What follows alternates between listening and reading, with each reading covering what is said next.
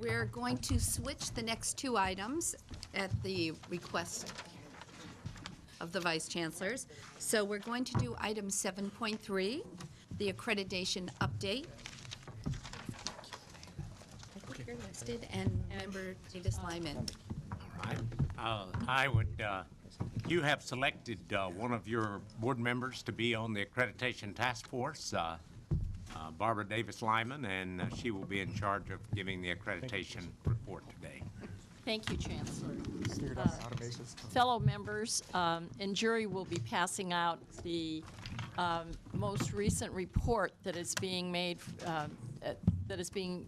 to the Consultation Council.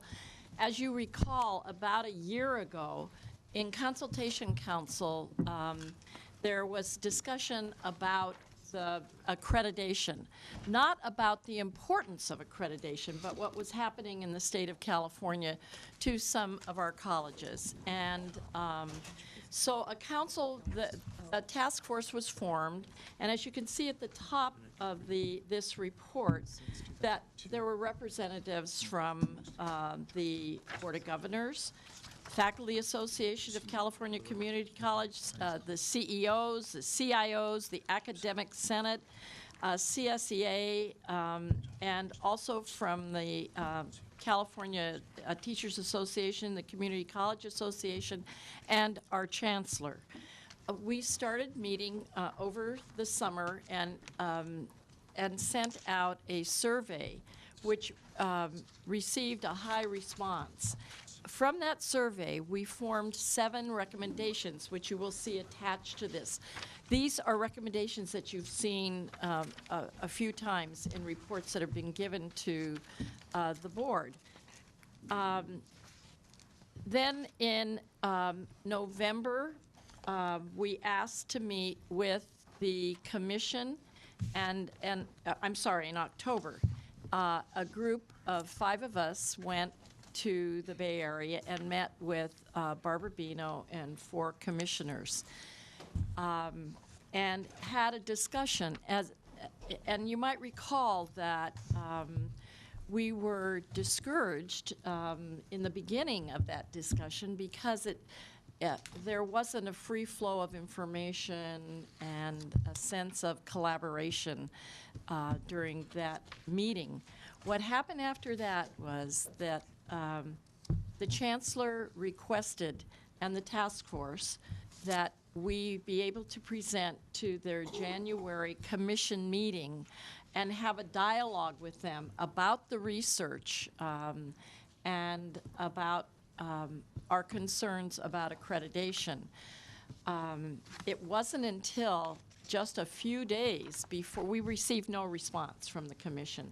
A few days before their January meeting, we did receive a response that said that we would not be able to, we were not invited to appear at the commission, January commission meeting. However, all of us except Chancellor Scott, who needed to be here for the presentation of the budget, the January budget meeting with the governor, attended that meeting. I think as a result of that, what happened was that that decision was reversed. Chancellor Scott and 2 other members of the task force did present, were able to give a 5-minute report from the task force to the commission with no questions, no dialogue. So that is what occurred in January. Also, following that, the task force received a lengthy response from Barbara Bino and Lorraine Gaines, the chair of the commission. But we still were not able to have a dialogue with the commission, and that has not occurred up to this point. Along the way, the CEO organization endorsed the recommendations. The Academic Senate endorsed the recommendations. The CIO board will be meeting and looking at the recommendations, but but I attended a wonderful session led by the CIO, who's president of CIOs, Renee Kilmer, who's in the audience today, at their annual convention. And it was about a 2-hour roundtable presentation with a lot of dialogue with a majority of the CIOs in the state. And they had major concerns about accreditation, and especially in the training area. One of the things that has happened is that Renee Kilmer was invited, Barbara Bino corresponded with Renee Kilmer and asked that suggested they might get together. So that group has been expanded to include Jane Patton, the president of the Academic Senate for the state of California. And they will be meeting soon, this group, CIO representation, Academic Senate President representation, with Barbara Bino and a couple of the commissioners. Still, the task force has not been recognized by Barbara Bino and the commission. And so we are at a juncture right now where other organizations are thinking about what steps to take. FAC is discussing this. The CEOs and CCLC are discussing what the next steps might be, because there still are concerns around accreditation. And we will be having another meeting this month, the task force, talking about what our next steps may be. And there are other avenues where we might go with this. Bottom line is, we would like to meet with the full commission and have a dialogue with them. Chancellor, would you like to add anything to that? No, we're fortunate this morning. I notice in our audience that we have 4 other members of the task force. Jane Patton, the Academic Senate President, Ron Norton Reel, the CTA President, Rich Hansen, I think I see him back there, who represents FAC, and then Renee Kilmer, who represents the CIOs. The only 2 members that aren't here today are Manuel, who represents CSEA, and Nikki Harrington, who represents the CEOs.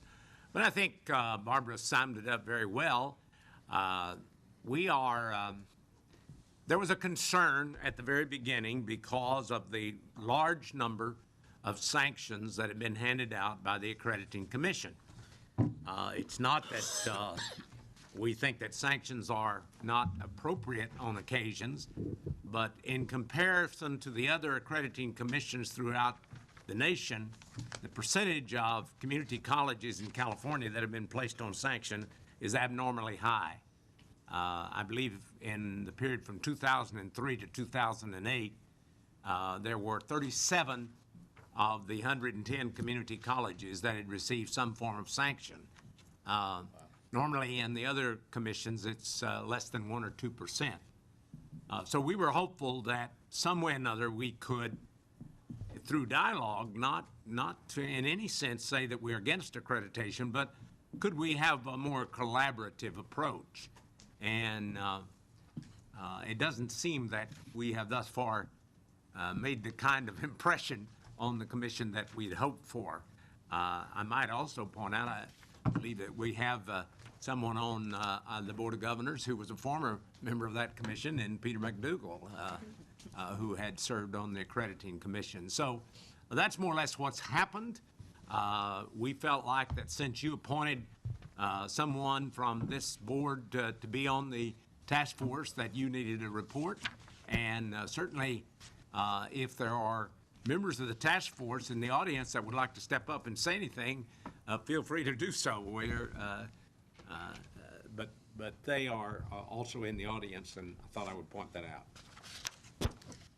Well, I had a question. It does say something about the league being involved in the process of people being appointed to the commission. Can you tell us a little bit more about what that Well, process is? actually, there has been concern that the commission has not followed their own procedures in appointments. And so recently, we have heard that the league will be consulted in with the appointments of CEOs.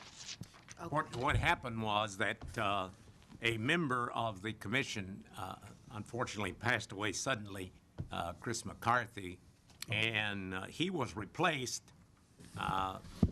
and there was the process that's outlined in the bylaws were not followed. He was just, as far as I can tell, maybe he was appointed by either the executive director or the chair, but certainly the former process by which the CCLC, the league, should have been consulted and been involved in bringing forth nominations was not followed.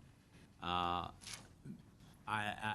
think that Jane can tell you that a recent faculty appointment was made and there was no consultation at all with the academic senate about that. So we did express concerns about that. And the Community College League expressed concerns, and so now there are going to be some appointments made effective, I believe, July 1st, and these, by the urging of the league, suddenly the process has been changed, and it appears that they're following the bylaws. Oh, that's good news. Thank you. Member McDougall. I appreciate Dr. Scott, Chancellor, noting the service on the Commission for Accreditation. I also like to note that the Chancellor served on the Commission as well and chaired it for a period of time, as did I. I think what is really critical as we look at this item is that the strength of accreditation has been built on the premise of institution self-regulation. Institutions setting standards that they know are viable, that they know are high, and then having the internal capacity to ensure that all institutions are adhering to those, and when they are not, to hold them accountable. It seems from both the discussion at the last meeting and the discussion at this meeting is what we are seeing is a separation of the Accrediting Commission and its work from the institutional base that it serves. That is not a healthy situation. It's not healthy from the standpoint of the Commission, and it's not healthy for our institutions. So I think these actions are very much in order. I find it incomprehensible, frankly, that there's not a greater receptivity on the part of the Commission to engage, listen, and mutually build a strong accreditation process. It goes against all that I've ever been familiar with in terms of accreditation. And again, it is not something that yields success and a healthy environment for institutions in which to function. That being said, I think this effort needs to continue to move forward. I think the leadership of the Chancellor and the support of this board is very important as we represent a system-wide view that is being effective. It's very difficult for individual institutions to take a leadership role. It's appropriate to a degree for organizations such as the Academic Senate, CCLC, to move. But they represent, in some ways, segments. This group represents institutions, and that is the group that the accreditation process oversees. So I think I'm emphasizing what I think is a central responsibility of this board and our Chancellor to continue this dialogue and continue to move it forward until we get back to where there is a sense that institutions are in control of this, that they are articulating that control through their representatives on the accreditation board, and it is a process that has the support of all institutions as well. Thank you. Did you have any other comments? Member Davis-Lyman? Member Thank you Zhu? very much, Mr. McDougall, Dr. McDougall, Stated for those well. comments, because I think that's a pervading sense of people that are on this task force, is that we do believe, if you see that, that in this collaborative process, but it has not been collaborative. Member Zumi? I also want to say that I second what Member McDougall said. I mean, I think that it's very apparent that there's been a breakdown in collegiality here, and that the faster we get that up and going, the better for this problem to be solved. I just wanted to say that I want to thank Member Davis-Lyman for representing the board on the task force. I know that this issue has been of great concern to the board for quite some time, and so I appreciate her representation of all of our concerns on that task force. And in that vein, also, I'd like to thank Ms. Patton, Ms. Kilmer, Mr. Norton-Reel, and Mr. Hansen for their participation on the task force, and the other members who are not present here today, because this is an incredibly important thing. And I think it's a great thing, though, that your presence there at the meeting eventually caused them to at least recognize that they needed to have Chancellor Scott and others actually have an opportunity to speak. So at least there has been some forward motion that way. So I appreciate all your hard work. Thank you. Thank you for the report. And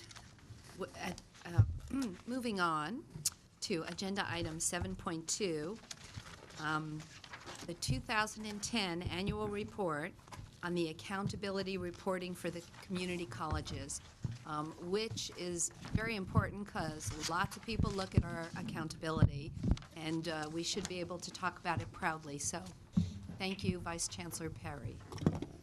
Okay, thank you and good morning. The ego's a tough act to follow, but stick around, and I think I'm going to give you some quantification of the good work that folks like Diego do ultimately here. So I'm here to talk about our Systems Accountability Report, commonly known as ARC, or Accountability Reporting for the Community Colleges. We should have 2 handouts that are going around, and I won't fully get started until those are around.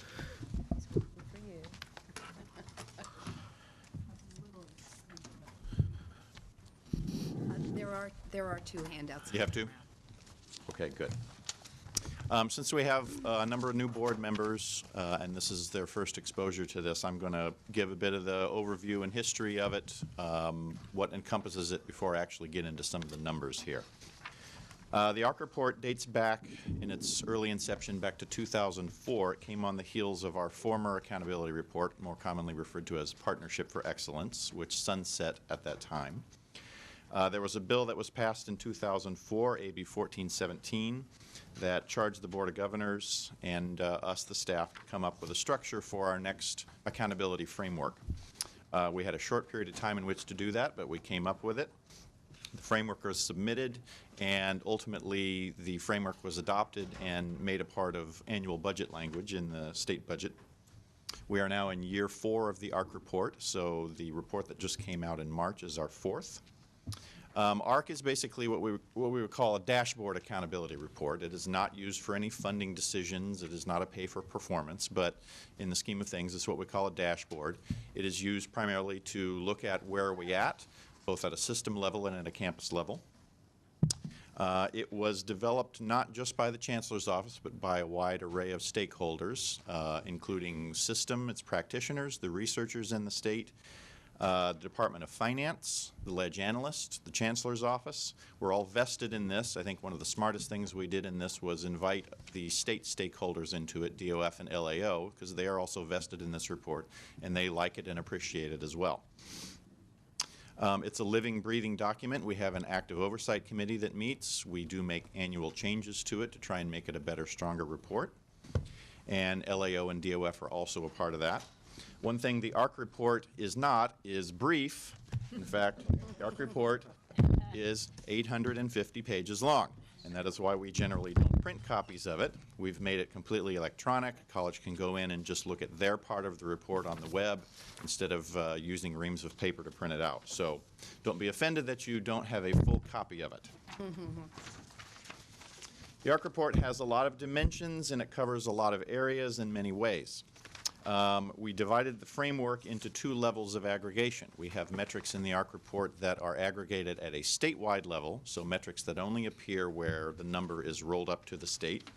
And then we have a set of college-level metrics where they're broken down by college. Note also in the report, all of the college-level metrics are ultimately also rolled up to the statewide level, so we can look at that too.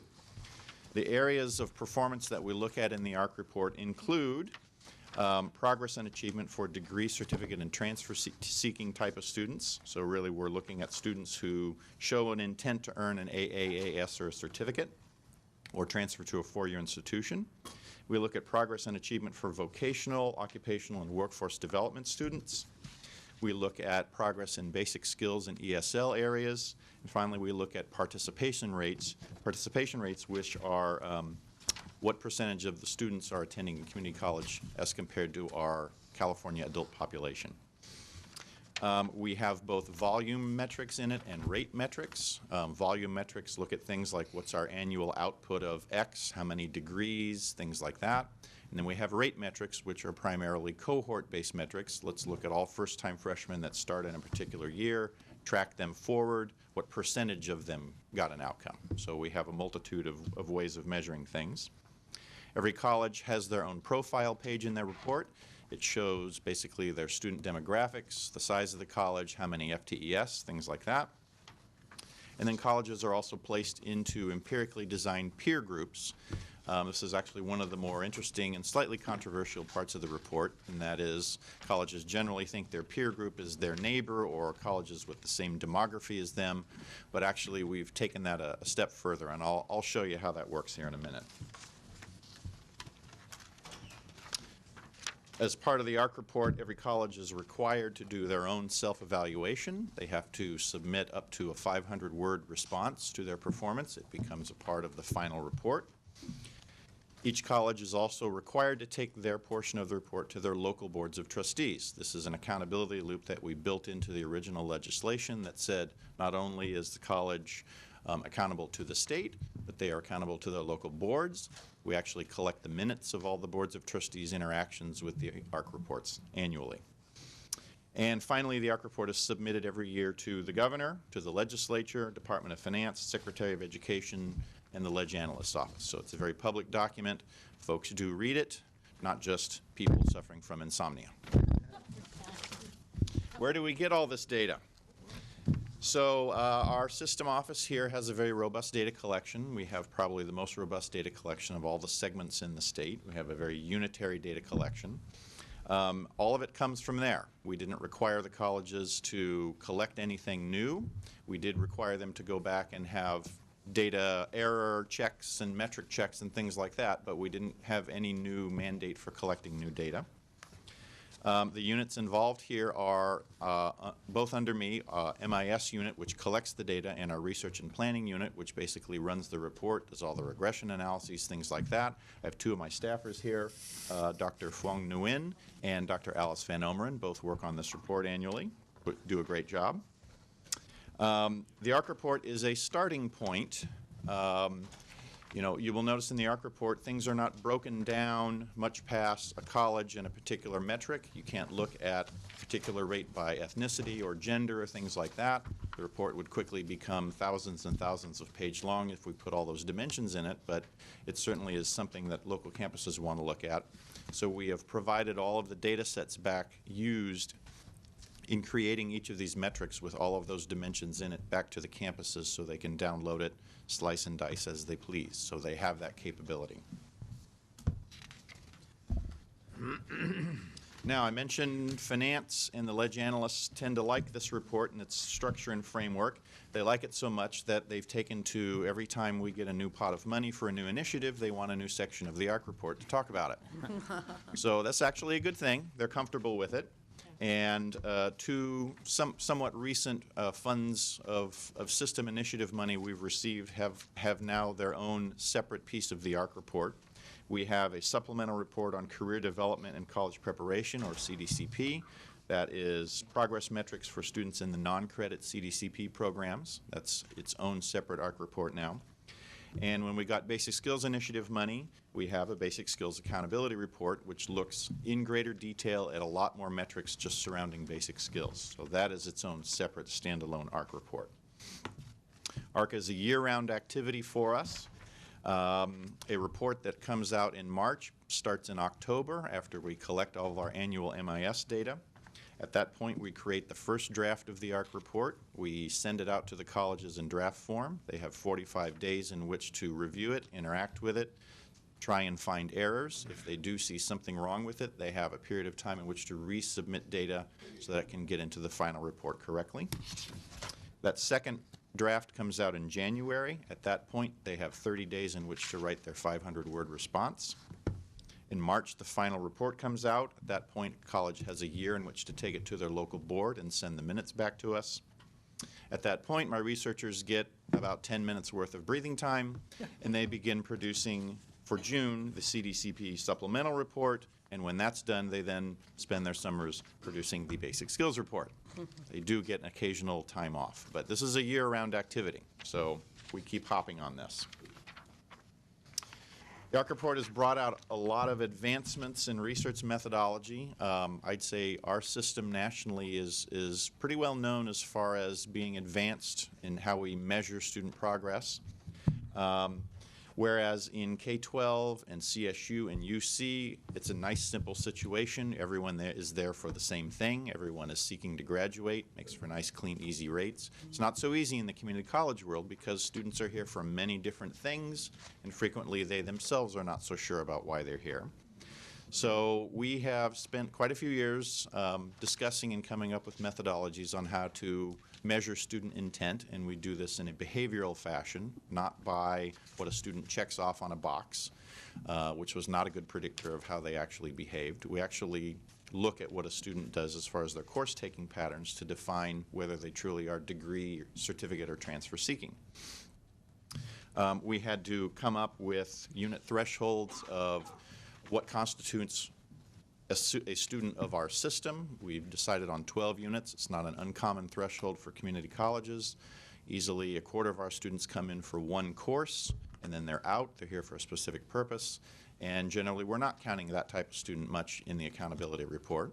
But we are looking at students who are crossing at least the threshold of 12 units completed over a course of 6 years. So still a pretty low bar. The other thing we needed to define was what defines a degree-seeking student. And empirically, we found that there was one very strong behavioral marker of this, and that is, did the student ever attempt a degree-applicable or a transferable math or English course? And this made sense because generally not too many students take that kind of course for fun. So we're pretty comfortable with this methodology not having a whole lot of false positives of students who aren't there for seeking a degree in the cohort. As far as looking at their outcomes, though, a student could be taking any one of those courses for a multitude of reasons, getting an associate's degree, transfer, a certificate, things like that. So we actually lump all of those positive outcomes into the numerator of our progress rate. So if a student crosses or gets any of those outcomes, we count it as a positive outcome, but we don't double count. We also developed a methodology to track students that are transferring to other segments besides CSU and UC, and this was something that was missing from our accountability world. We have a data match with an entity called the National Student Clearinghouse, where we can track students outside our system to places like University of Pacific, Notre Dame, University of Phoenix, places like that. We didn't have that before, and I'll show you how that added here in a minute. Dr. Van Omeren here wrote her entire dissertation on what we call the Phoenix phenomenon. And basically about 10 years ago, we transferred about 2,000 students to the University of Phoenix. And last year, we transferred almost 9,000 students to the University of Phoenix. And approximately half of those students are either African American or Hispanic students, which is very overrepresented compared to CSU and UC transfers. So this entire topic we could talk about for quite a while as far as why students are using for-profits and proprietaries, but this is something that's come about because we have the data in ARC, and we're able to dive into that. We've developed wage outcome studies with our match from Employment Development Department. We can now track what kind of wages a student gets both before, during, and after school. We can tell you what's the value of a nursing degree, an underwater welding degree, or an AA in Spanish. Okay? One of the things we were looking at in the world of participation rates is we didn't have a map of all the community college districts to show who's inside the district or not. So literally we went about a year process of gathering all of the legal descriptions and boundaries of all the districts in this state and geocoding them in GIS. We didn't have a whole lot of resource in-house to do this, so we actually farmed it out as campus projects in local GIS classes, and some colleges out there actually did a district and sent it back to us, and so we used our own students as labor for this. We developed peer group clustering methodologies. We were looking at ways of looking at variability across campus performance more than just, gee, Santa Monica does this and Palo Verde does this. Well, there's a lot more in explaining those differences, and I'll show you what that looks like in a minute as well. One of the things we developed is something that we developed using census data to get a proxy for student socioeconomic status and student first-gen status. It's an index that we call the Bachelor Plus Index, and that is what percentage of the population in your service area has a bachelor's degree or not. Becomes a very strong marker for your college's graduation and transfer rates. I'll also show you how that plays into it when I get into the numbers. Finally, a great advancement here recently, this came in the Basic Skills Report, the data element used to determine what level below transferability in math and English and ESL, called CB21, course prior to college level, was being self-identified by campuses across the state. So when College A says this was 2 levels below, it didn't necessarily mean for College B that that was 2 levels below. The Academic Senate took it upon themselves and through about a year-long process sat down with their respective faculty in math, English, and ESL and wrote a rubric of student learning outcomes that defined across the entire state what each level of basic skills in each of the curricular areas actually means. So this is a very strong document now. We now know 2 levels below are these type of SLOs, and that is the same thing across campuses, and they can all map to this. That's great. Very good, very helpful project.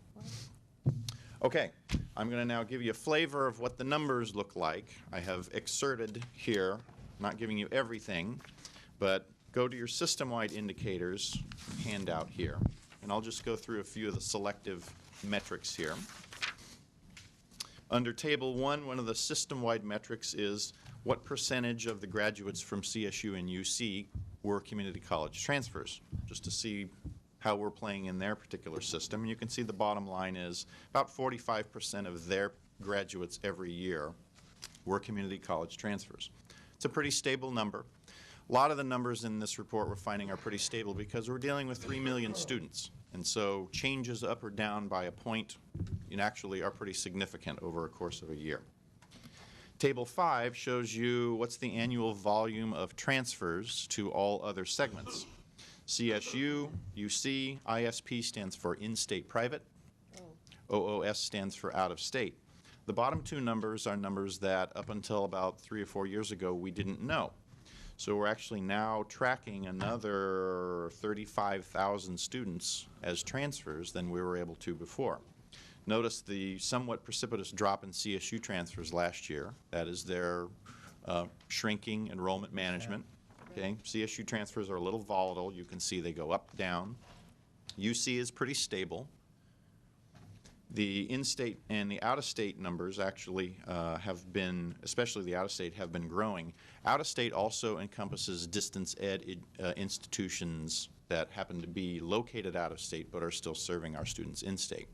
So the Phoenix numbers are actually embedded in the in-state private numbers. Out of those 19,000 in-state private transfers, 9,000 of them are Phoenix. So it's a pretty significant number. Table 9 looks at our system-wide transfer rate. This is looking at students who attempted a transfer level math or English, tracking them over the course of 6 years, what percentage of them transfer anywhere to a 4-year institution. Mind you, if you run this out to 10 years, the number actually approaches 50%. So we still have a lot of students transferring between years 6 and 10. Page 2, here are our top 25 vocational programs by volume of total awards. You can see nursing is our #1 volume program in the state, 5,900 AAs and 2,500 certificates. Number 2 is child development, early child care, and number 3 is administration of justice, and number 4 is fire tech. So policemen and firemen there, well represented on the top, and you can see how it plays out. Some of them are primarily certificate programs, some of them AAAS programs, some of them are a little bit of both. Those are our top voc programs. Next page, page 3, shows our wage study. So looking at that very top graph there, the solid black line are the wages of the community college students. The horizontal dashed line is the year in which they graduated. And you take a look at what happens to those students as they move from below California per capita income to ultimately above California median household income. So get a degree at a community college and you move your wages from below individual median to above household median. They go roughly from $30,000 a year to $60,000 a year over the course of the next 5 years after leaving. Powerful stuff. Okay. System-wide indicators, page 4, participation rates. This is what percentage of the population attends a community college at any one given time. When we're referring to adult population, we're looking at 18 to 65. System-wide participation rate, as you can see, has been going up because our general head count's been going up. So right now we're almost at 90 individuals per 1,000 in the 18 to 65 range. But when you start looking at the different age ranges, 18 to 19-year-olds, that number is 340 out of every 1,000. So roughly 1 out of every 3 18 to 19-year-olds in this state is currently at a California community college. Still quite high participation rate in 20 to 24, and then it begins tailing off. But we do have the highest participation rate of any system in the United States. So that is something to applaud. We do have a much higher participation rate for females than males. That's in Table 16. And when you look at participation rates by ethnicity, you'll notice that underrepresented in the general population is not so underrepresented at the California community colleges. We have pretty high participation rates for African American students, Native American students, Pacific Islanders. Hispanic students almost at 100, white students are only at 76. Some of this could be they're participating elsewhere in higher education and not necessarily using the community college, but this certainly shows that community college is the gateway for a lot of underrepresented students. Okay, so those are system-wide numbers.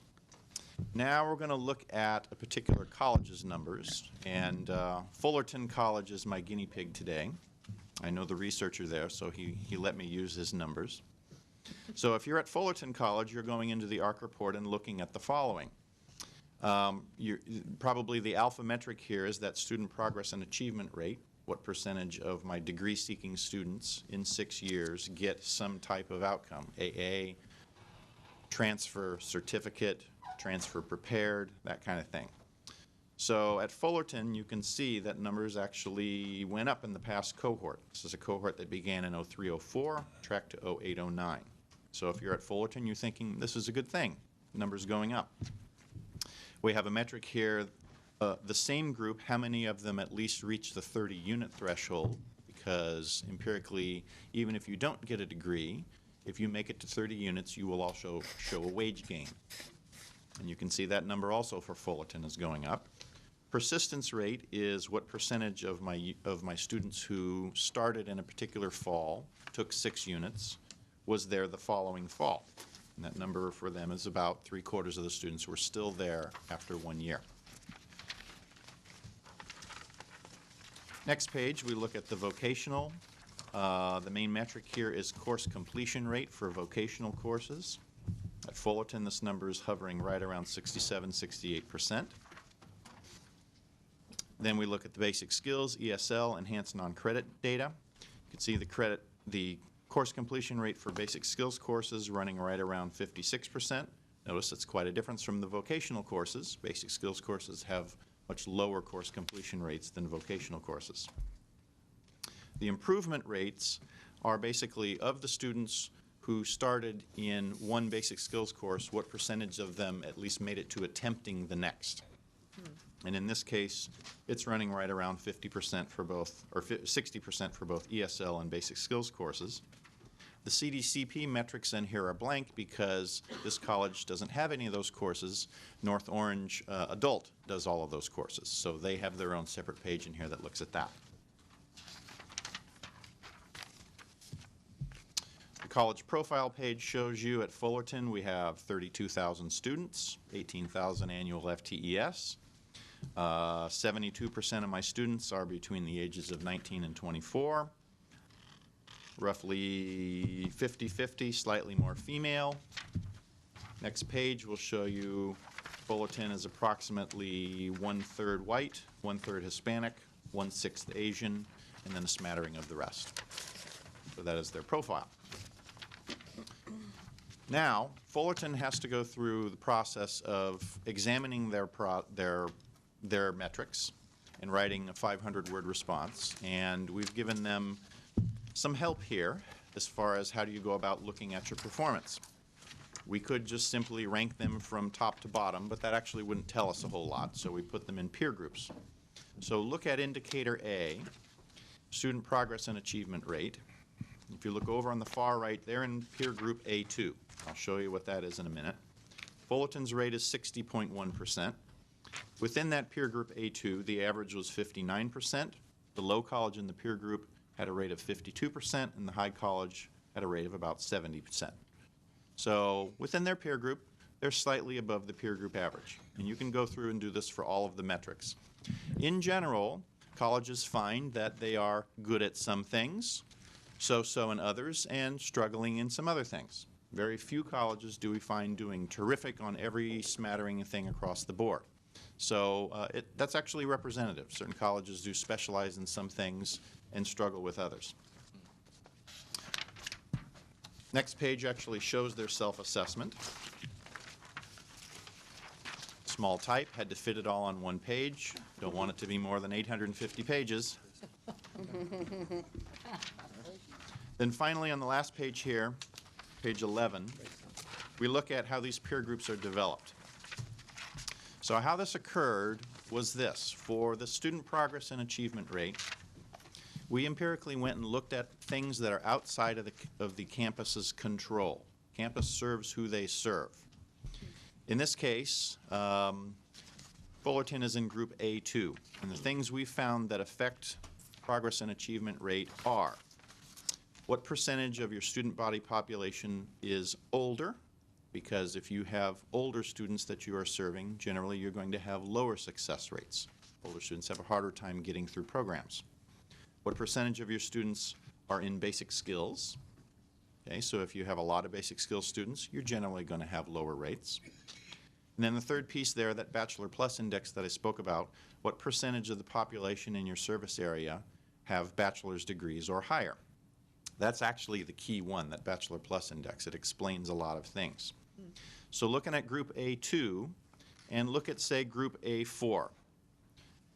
Look at the Bachelor Plus indexes of those. Those are the two highest on the board. Those are colleges whose service areas are in generally well-educated or more affluent areas. And if you look at the peer group colleges that are in those, they kind of make sense. Those tend to be somewhat transfer colleges. They're close by to another four-year institution. There's a certain clustering to them.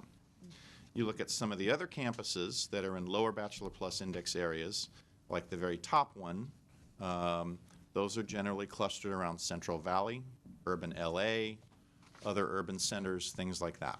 So they do tend to make some empirical sense. Those are how the peer groups work. They're empirically defined.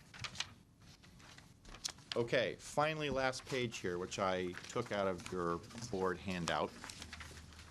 These are the numbers that are rolled up, system performance numbers rolled up from all of those campus numbers. So that first one, student progress and achievement, that's the system-wide progress and achievement rate. And looking from 2008 forward, you'll notice trend is going up. 51.2, 51.8, 52.3. Those are actually pretty significant when you're talking about hundreds and hundreds of thousands of students. So that is a good sign. Same thing's happening with the completed 30 or more units. 74, 71.2, 72.4. It's going up. Fall-to-fall persistence, kind of hanging in there, bounces up and down. Vocational course completion, pretty stable. Basic skills course completion has taken a significant jump in the last year of this report, which is very good news because this is something we're spending a lot of time working on, a lot of effort in the system. Nice to see that this number begins to creep up. The ESL course improvement, don't look at that 44 number. That was the year it was pilot. We didn't have good data that year, but the last 2 years the number's been stable. And then basic skills course improvement, what percentage of basic skills students that get through their first one take the next one, that number also went up significantly in the past year. So as Pastor Smith would say, there's some good news in bad news world there. Okay? Finally, there's some other national accountability efforts. This is certainly not the only piece of accountability going on out there. The U.S. Department of Education, National Center for Education Statistics also collects graduation rates for all of our campuses. We run them according to their definition. I was actually hired 14 years ago to run one single IPEDS report, the graduation rate survey, and have made a career of it. And the IPEDS methodology really doesn't work too well for two-year institutions. It's very four-year centric. First-time, full-time, degree-seeking, tracked only over 3 years. It only represents about 3% of our population, and I'm not retiring until I fix this at the federal level. So they invite me back. I actually got to chair a review panel and that wrote a white paper to try and fix this at the federal level. So we're working on that. The American Association of Community Colleges has also begun an effort called the Voluntary Framework of Accountability, just in its infancy stage, but they're trying to create a national set of accountability standards for community colleges, and we have 2 representatives from our system on that, myself and my friend from Fullerton College. We get to go back for that. And then in the Higher Ed Reauthorization Act of 2008, AACC was able to write in a piece in there that said the feds shall convene a 15-member federal committee to look at alternative methods of defining success for two-year institutions, and I was chosen as one of the 15. HEOA passed in 2008, and they were given 9 months in which to convene that, and we're still waiting on having the first meeting. But that's how glacial things move sometimes. So anyway, that is the review of the ARC report. Any questions? I know we've just scratched the surface, but be glad to answer any questions. Oh, very interesting report. Member Thomas. Just quickly, Patrick, on the participation rates, is that based on somebody just taking one course, or is there a minimum? Nope, that is any student who is with us for at least one course during an entire year. Okay, thank you. Member McDougall.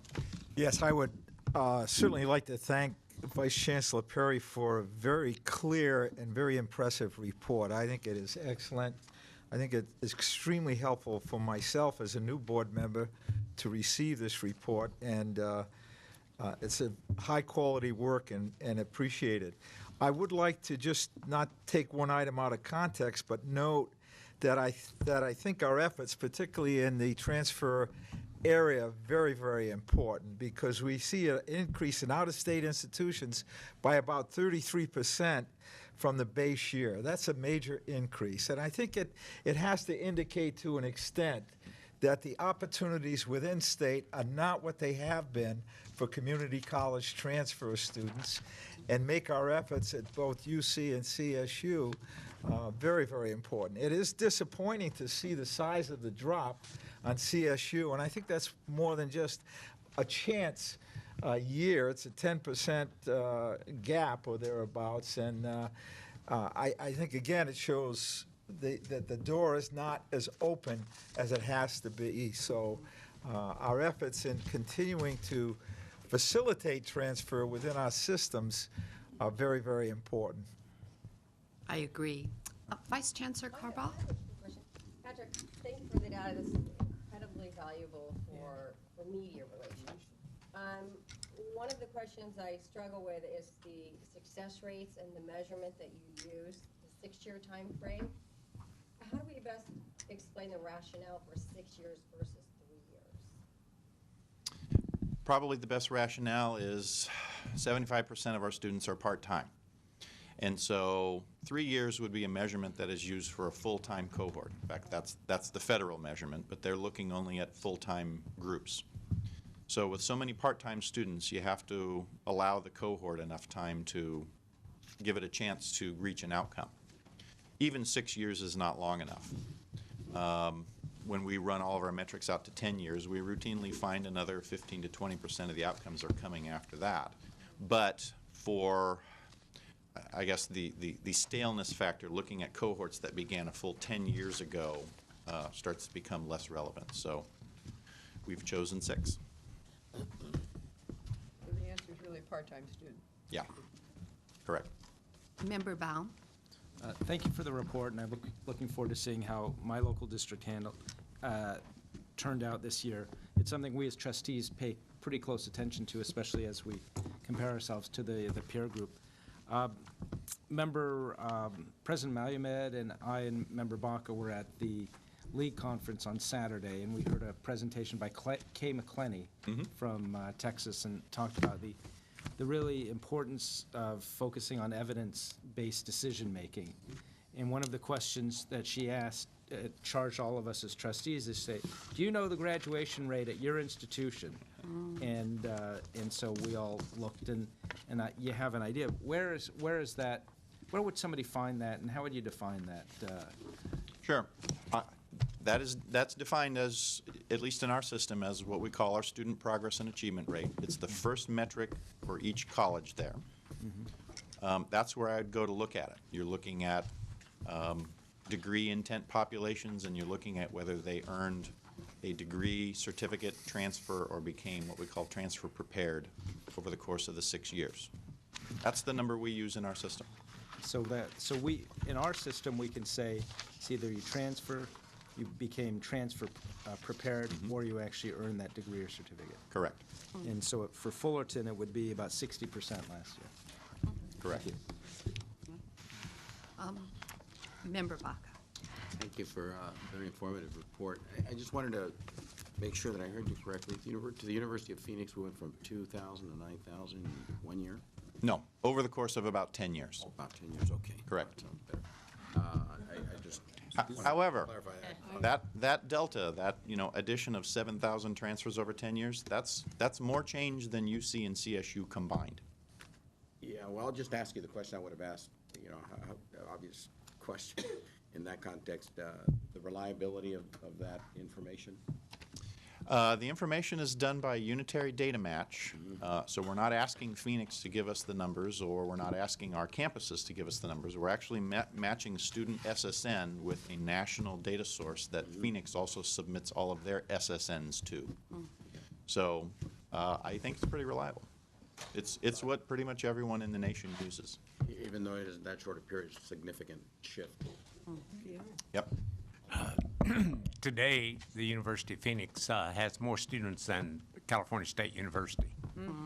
They have over I believe it's over 450,000. Is that right, Patrick, or do you? Yeah, they are bigger than CSU. Of course, they're national, Yeah. So it's Yes. Wow. I have a question. You said that this isn't used for funding, but I'm wondering, is this the type of report that the U.S. government might be looking at for future decisions about funding? Is this what the race to the top is about, some of this, for K through 12? The federal government, I have heard, wishes for each state to have a statewide accountability framework that encompasses all of the sectors in the state. And so that is something that the state needs to embark upon. I don't think they specifically want to set a national standard for what everybody defines. As long as you have something and have a set of discernible targets and goals to work towards, that's what they're looking for. And so we would certainly start with this in creating such a framework. For the community college system, do we have everything done already? Are you implying that the other systems need to have reports and our work is done? The other systems have reports. What has not occurred yet is for all of the systems to come together and put it all together into one report and then come up with a methodology for coming up with targets and goals to say reach the 2020 goal target of degree attainment. Is that something that's planned or? It's actually in our state? It's actually quietly being done. Okay, Oh, really? Yes.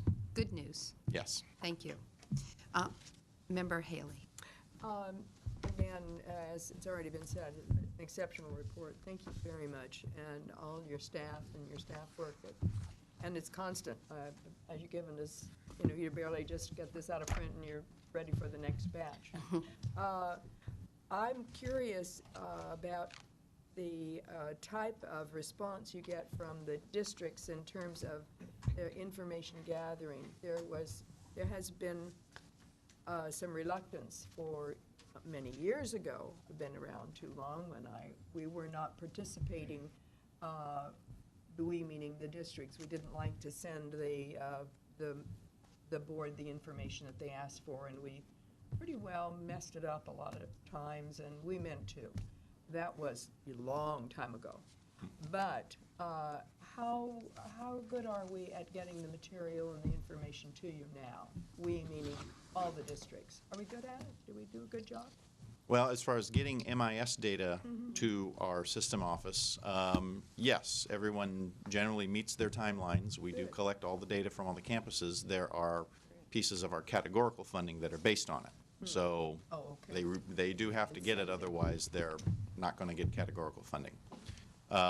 So that part is, I think, good. What probably hasn't occurred nearly as much is local review of data that they have submitted. They're pulling data out of their local ERP system, DataTel, PeopleSoft, Banner. They transform it and put it into our system, and then we send a series of reports back to them that they can use for quality control. And some colleges are very good about internal processes of looking at that data and, oh, we have an error, we need to resubmit. And some colleges, meet the deadline and you might not hear from them again. So it's reports like this, the more that you actually use the data, that quality control improves. Thank you. One of the other things, I am very interested in what's happening with Phoenix and the numbers at Phoenix and what is happening with our state and our students going to Phoenix and colleges like that. Maybe sometime we have an expert in the field of Phoenix. She could just give us maybe a little overview of what is happening, what's happening to our students in the state of California, and how that does impact on the community colleges and funding, because we know that this is not, this is an expensive program that our students are putting themselves into when they make that choice.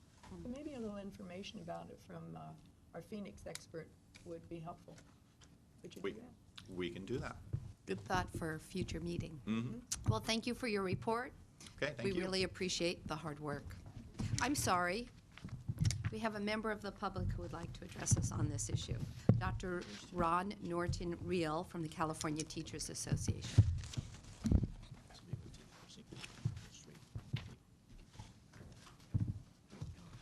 Well, I too just wanted to thank Patrick for this information. For those of us that do travel up and down the state and nationally, this type of information needs to send that message out when we're questioned by other individuals as to not meeting our mission, which they forget that we have missions instead of one, that this kind of information is very helpful. The concern I have, though, is I think that if we could take some of our MIS data to assist us, there's one aspect I think that we don't currently have because it's always a year and a half behind. If we could get our districts to participate, our faculty members don't have pink slips. Our part-timers are always just let go. And every year the media picks up on 26,000 K-12 teachers in California who lose their jobs. But we're now into the 8th month, and I have been trying to find out for 8 months how many of our part-timers this year actually lost their jobs. We have anecdotal information, but I would think that each one of our colleges' payroll systems know how many faculty members get paid on a monthly basis. That I don't know where or how we could do this, but you know, we're constantly being asked, well, what is the impact of the budget? And we have that silent killer, and that's that our part-timers simply don't get rehired. And I know that at a lot of our colleges, you know, we've got 3 that I know of that lost almost 50% of their part-timers. And yet we can try to back end it, and Eric has done a great job in terms of saying, well, we know the sections, but that doesn't really tell us, because if people were teaching 60%, now they're teaching 40, and those that were teaching 40 are now teaching 20, and those that were teaching 20 are still at 20, that would be one thing, because we wouldn't have lost head counts. But if we could do something to encourage the districts to let us know that, I think that's an important aspect that we don't know right now in terms of, for us as community college faculty, because I call them the invisible slips, and they just kind of go away and they slip through the cracks. That I think we have a message that we're doing, that we can send out, that we're doing so much with so much less, even in the faculty ranks. Okay. So thank you. Thank you. We're going to move on to item. Do I see you walking up to speak? Fred Harris. Madam President, members, I wanted to follow up not on the previous discussion, but the discussion from yesterday on the space utilization standards. I prepared last night a draft policy for your consideration and reading for the meeting next time. That was an obvious void in the presentation yesterday, and my hope is that that would serve you well in your consideration for the item on the next board meeting. Thank you. Thank you. We'll look forward to it. Chancellor Scott. First, thank you very much, Patrick, for that great report. You know, sometime I take credit for appointing staff. I can't take credit for Patrick. He's been here a long time. But I can tell you that I'm extremely well served by the work that he does and his whole department does. But we did do a kind of a quick turnaround on some information that was asked yesterday. I believe it was Member McDougall who gave us the idea of maybe trying to estimate how many people got turned away. You know, we're serving over 200,000 students that we're not getting paid for, and they did some extrapolation, and they've got a little graph here for you. And according to this graph, if you look at it, and has everybody got a copy? It's coming around. Community college enrollment demand. I'm sorry, we're running out of. Here, Eric has a few more, I think. Oh, okay. Thank you. Excuse me, Chancellor. Okay, if you look at this chart, and if I make a mistake, Eric, you can correct me, but I think I understand it. Here you have a picture of the head count that was funded. Yes. And that's in the green. Wow. Now, if you wonder what happened last year, how come we have fewer funded than we had the year before, 2009-10, the reason is simply this. When they cut us our general fund by 3.39%, there were those of us who said to the legislature, listen, if you're going to ask us, if you're going to give us less, don't demand us to do more. Yeah. So they lowered our cap by 3.39%. So you can see that we were actually then funded for $2,613,724, but we are educating 201,407 that are unfunded, and if the trajectory, and I believe that you can go ahead and explain it, suggests that there were probably 137,941 that were turned away. Now, that's only an estimate, but go ahead, Eric, if you want to add something to that. No, I think that was you did a great job, Chancellor, of characterizing it. So the orange block at the top then is simply that. It's if we'd continued the same rate of growth that we've experienced as a system for the last 2 years, which I think is, given the economic environment and what's happening in the UC and CSU budgets, is actually probably a fairly conservative number. That's the trend line we would have been on. And so those are the students we talked about yesterday that were turned away. Those were students who couldn't find a seat, couldn't find a course to enroll in. And that's in addition to the 200,000 students that the colleges did find a way to serve this year, unfunded students that on a limited basis, anyway, the colleges are able to ramp up and deal with. And so in totality, you see the $713 million would be the cost to really fund where we should be this year. The last thing I'd note is simply that even if the state was going to hand us $713 million in additional funding this year, it's unlikely we would choose to fund this full bar. Again, because of the critical need to restore some of the counseling, tutoring, other support services that are part of how the colleges do business and promote student success. But this puts our enrollment need in perspective. Also, if you'll see that number, 126 million, that's how much the governor is proposing to give us for growth. Right. The 423 million would be the amount of money that we would need to fund the unfunded, and the 713 million, of course, would be the amount of money that we would need if we served all the people. And building on what Ron Norton-Real just said, when you see that green line went down, he's exactly right. Most of those reduction in course sections occurred as a result of not rehiring part-time teachers. That's why we don't lay off many people in the community colleges. Yeah. In a sense, we lay them off, but since they serve semester by semester on the contract, then it's simply a matter of not renewing the contract. And of course, most of our contracts and our collective bargaining contracts in our district require that we lay off, or that we don't use part-time teachers rather than laying off full-time teachers. And we will talk about ways in which we might be able to address the question that Ron Norton-Real just raised. But this is some information that might be helpful to you. So this is a quick turnaround on a response to a question. Well, thank you. I'm sorry all our board members aren't here to see your, all the vice chancellors and staff's response to our request, so thank you.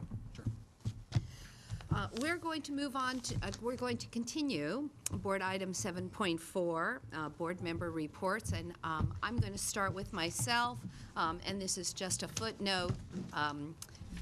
We had changed our minutes so that at the end of our minutes there would be some items that we said were our action items and who are going to do them next. And I've had a chance to talk to it was not in our minutes from our last meeting, it was in January.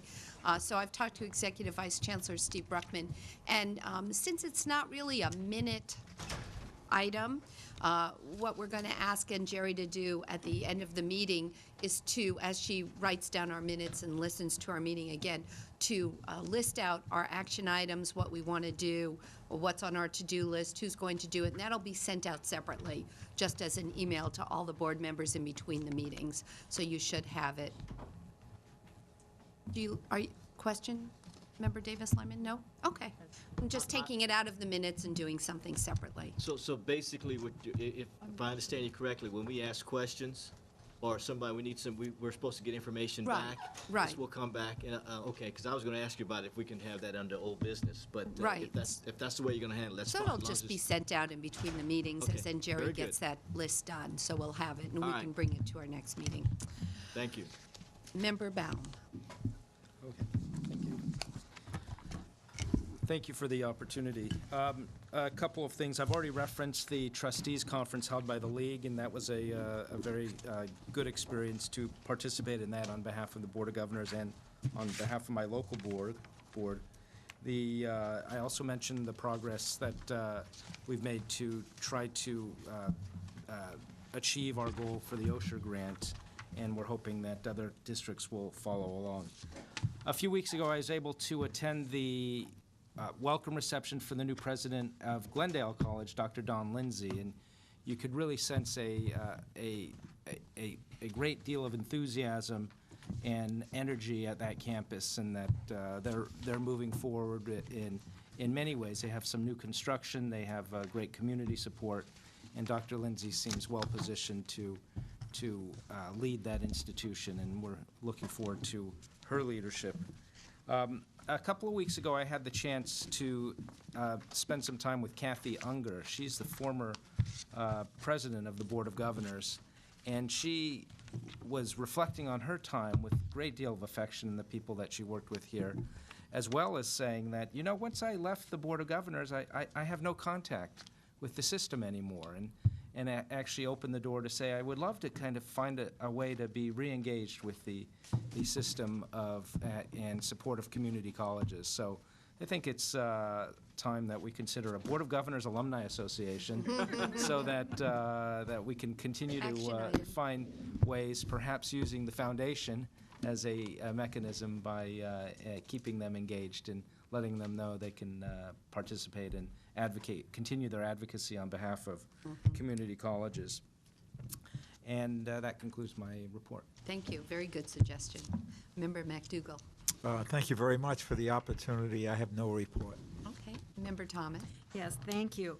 Earlier in the month of April, I participated in the second meeting of the League's Commission on the Future, and this meeting was held at Fullerton College.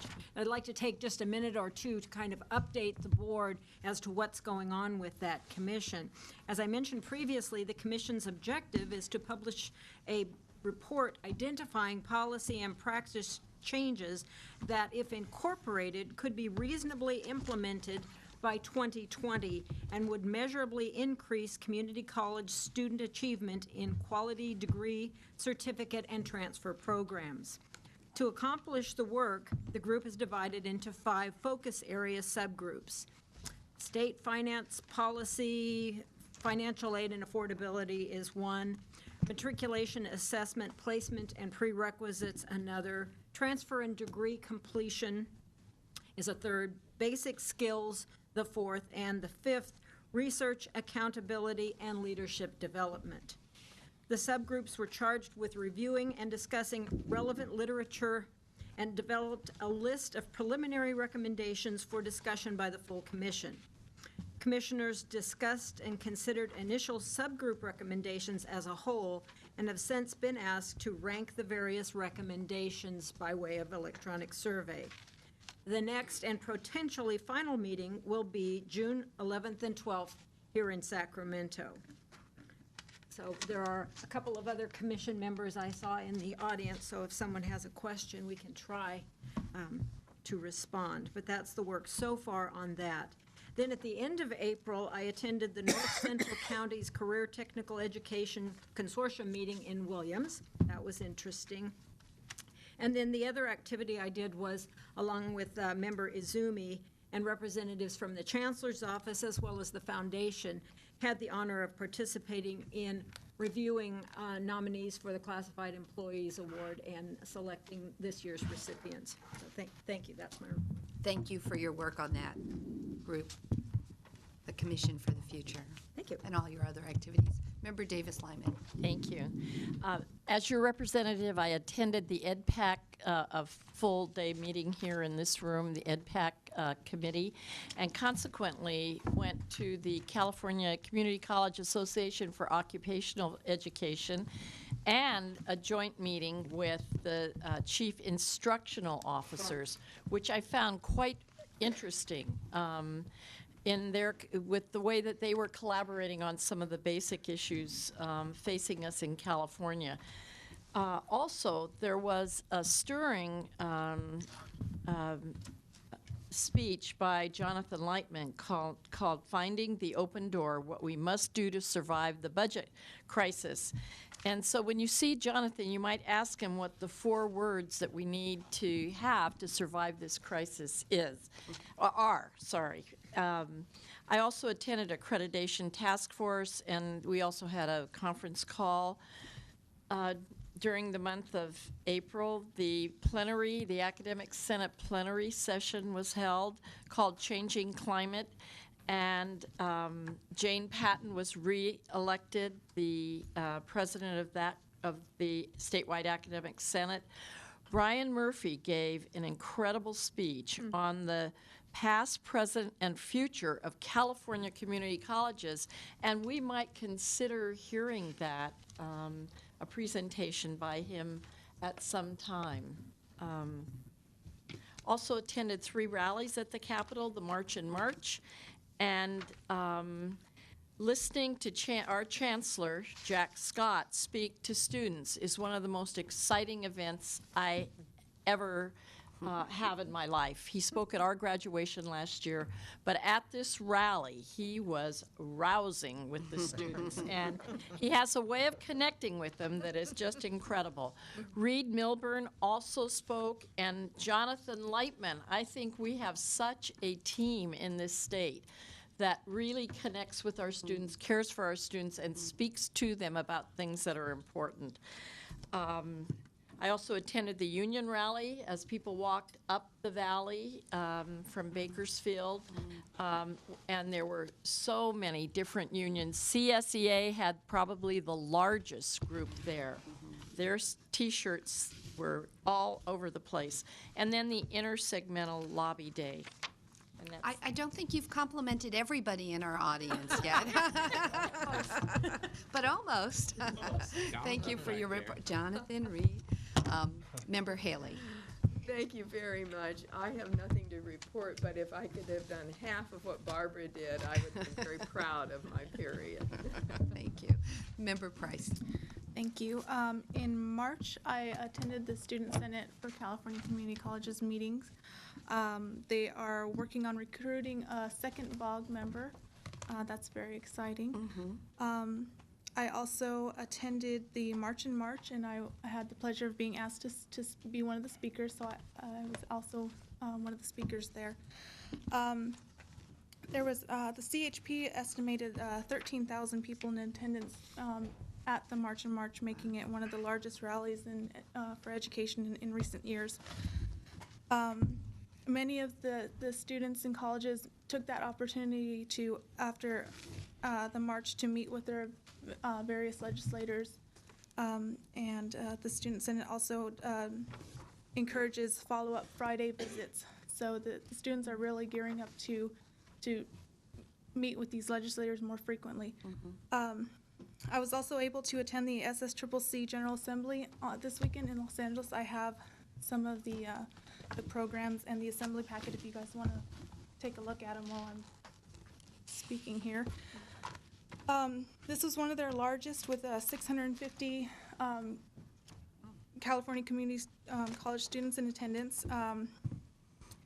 They had board member McDonald and Chancellor Scott were there, and they did an outstanding job in explaining to the students how hard the BOG and the Chancellor's office works to support all 2.9 million students.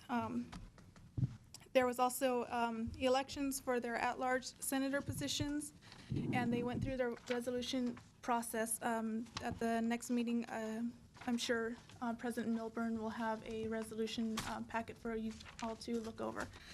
I'm really happy to see the recognition that the Student Senate has gotten in recent years.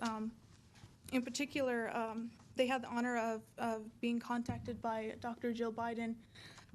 She asked to speak at the General Assembly. Unfortunately, her trip to Los Angeles was canceled. So I'm really happy to see all the work the students are doing and having that relationship with the Student Senate and being able to just keep working together and in letting the issues of the students be known. Thank you. I was just going to ask, were all 112 colleges represented? There was about 84, I think the number was, out of 112. Okay, very good. And Member McDonald. As I took some notes at the last, going on my community college connections, I've been trying to do a little bit more for us in regards to branding, trying to make sure that our message from the Board of Governors gets out there, because I'm finding that there's quite a few people in the community that really don't understand who we are and what we are. So I did get a chance to, by the way, last month was National Community College Month, which I found out through some papers and stuff that people sent to me. And I just want to let us know that sometimes when it's like a National Community College Month or something to that effect, we need to take a little bit more advantage of it. But I didn't even know about it, so I'm just telling you about it now. I was very fortunate at the end of the month to attend the athletics convention and in Ontario, the Community College of Athletics.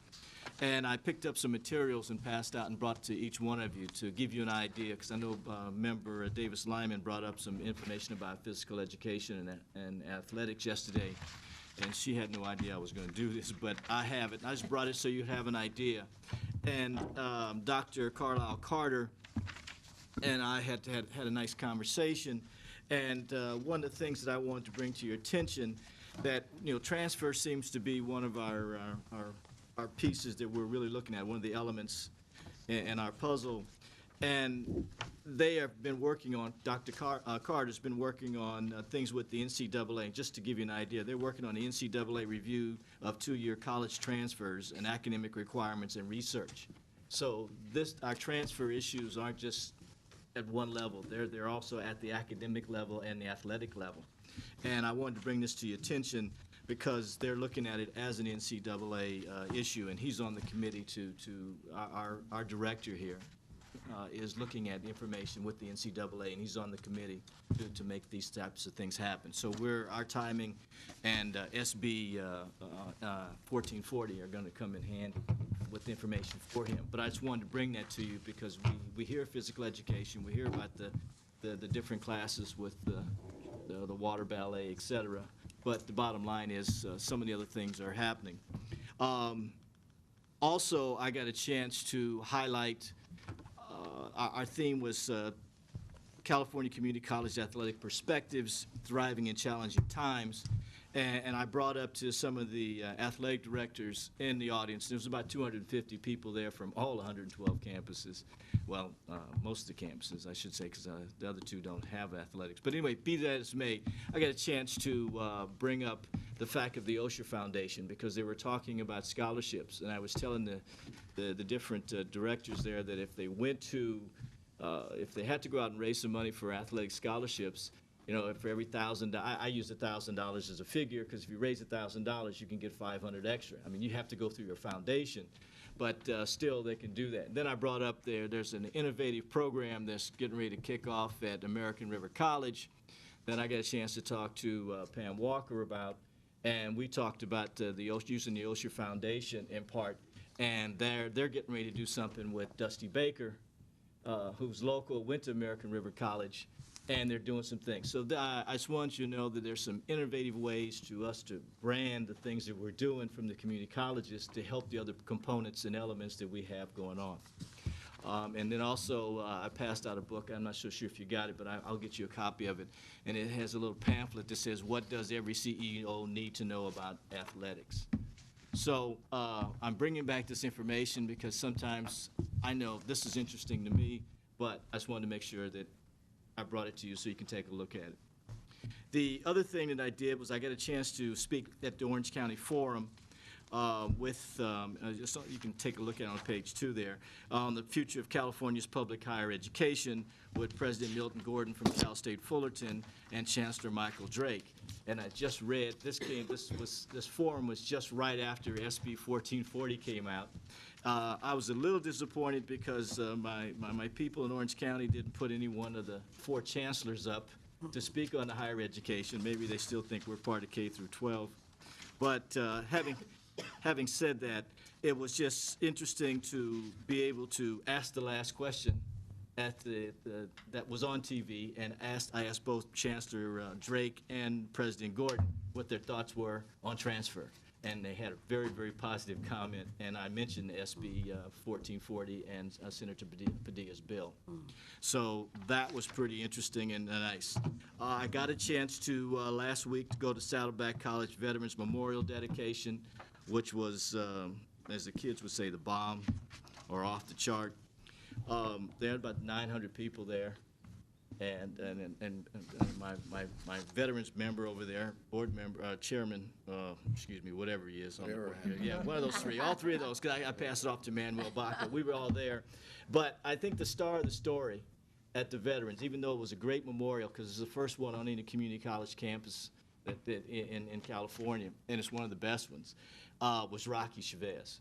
Rocky gets up, and he had all the World War II veterans and the Korean veterans, Vietnam. He went all the way up to Afghanistan. And then he mentioned in his comments about education and health and jobs and careers. And he said, and then he stopped and he said, 6 weeks ago, the California Community College Board of Governors made a commitment to make sure that veterans was one of their priorities in all the community colleges. And he said that in front of everybody. And he made Manuel and I stand up in front of the group. But it was really profound that he made that type of statement after he came to here, because he understands that we are getting ready to move forward with veterans. It was pretty nice, very, very nice. It was very, very impactful. And then, as you can see there in some of the pictures there, I got a chance to show you some of the leaders and some of the military guys that were there. And then the other thing is, and as I close, I was very, very pleased to speak to the Student Senate leadership last Friday. I was opening act for the chancellor, so that he can come in and tell his jokes again, and they weren't bad. They were again. So, but it was fun. But it was nice to be there for that. Just have 650 enthusiastic youngsters in the room that represent our future. Their theme was a great theme to work with, and it was great to sit there and impart some knowledge. Again, we've got a branding issue because some of the students really don't understand what the Board of Governors do, but what we do. But that's okay. We're out there doing it, and we're making it happen. And as you can see on the right-hand side, there's my list of things that I will be doing in the next couple of months. Well, thank you for your report. Okay. Absolutely. We have just a few more items to do. Thank you, Madam President, Chancellor Scott, board members. This is my last board meeting as the president of the Student Senate, and I just wanted to take a moment briefly to thank all of you for all your dedication to the students, for all the things that you've done. I think this has really been a historic year for the community colleges and especially for the statewide Student Senate. It's really been an honor to work with all of you, and I just wanted to say thank you. So. Oh, well, we're very sad.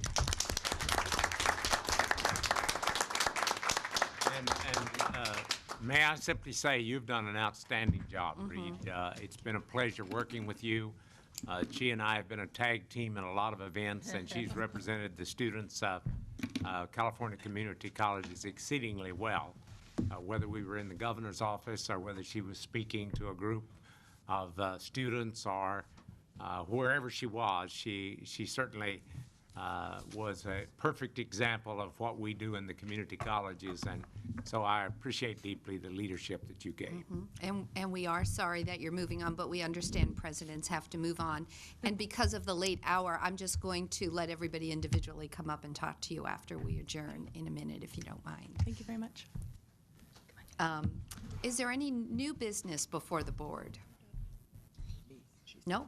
Yes? I'm sorry to prolong the discussion. I know That's we're trying okay. to get out, but I was recalling, and as I get a little bit older, it's harder to recall accurately, a conversation that we had from one of our prior meetings where it was mentioned, if I'm not mistaken, that there are a sort of a disproportionate number of unfilled presidencies and chancellorships within the system.